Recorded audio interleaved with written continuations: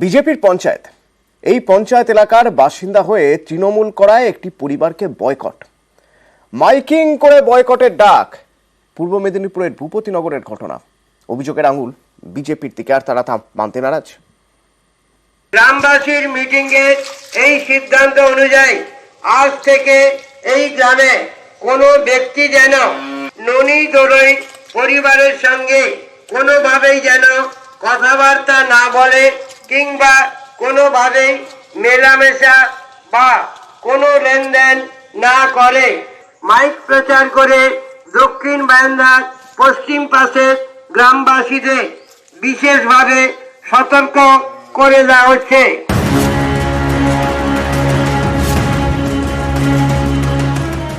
ননি দোলই, তার অপরাধ তিনি তৃণমূল করেন, তাই তাকে বয়কট।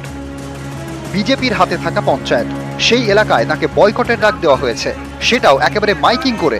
আজ থেকে এই গ্রামে কোনো ব্যক্তি যেন ননি দোলই পরিবারের সঙ্গে কোনোভাবেই যেন কথাবার্তা না বলে কিংবা কোনোভাবেই মেলামেশা বা কোনো লেনদেন না করে।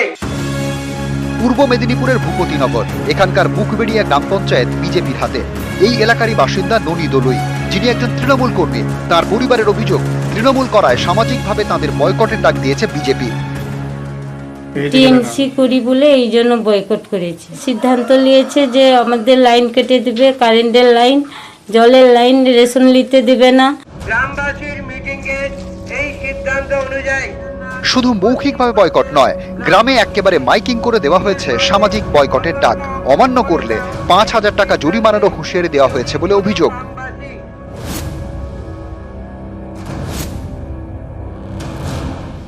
এ নিয়ে থানায় অভিযোগ দায়ের করেন তৃণমূল কর্মী ননি দোলই। তার অভিযোগের ভিত্তিতে বেশ কয়েকজনকে গ্রেপ্তার করেছে পুলিশ। দিনের পর দিন আমার উপরে মানসিক টর্চারিং, তবু আমি এতদিন চুপচাপ ছিলাম। যখনই আরও ওরা বেড়ে উঠলো, তারপরে আমি আমার জিডিতে জমা দিয়েছি। ওদের মধ্যে 4 জন অ্যারেস্ট হয়েছে। ননি দোলইয়ের পরিবারের সঙ্গে কথা বলা যে বন্ধ করে দেওয়া হয়েছে, সেটা স্বীকার করেছেন বিজেপির পঞ্চায়েত সদস্য। কিন্তু তার দাবি, এর সঙ্গে বিজেপির কোনো সম্পর্ক নেই। টিএমসি করার অপরাধে ওকে বয়কট করা হয়েছে। কথা বলাটা বয়কট করেছেন, আপনার নামে অভিযোগ করছে। না, কোনো পার্টি নয়। আমাদের গ্রামীণ সমস্যা যেমন আমাদের বিচার আচার হয়, সেই বিচারে সামান্য এটা কি মাইকিং করাটাই অপরাধ হচ্ছে।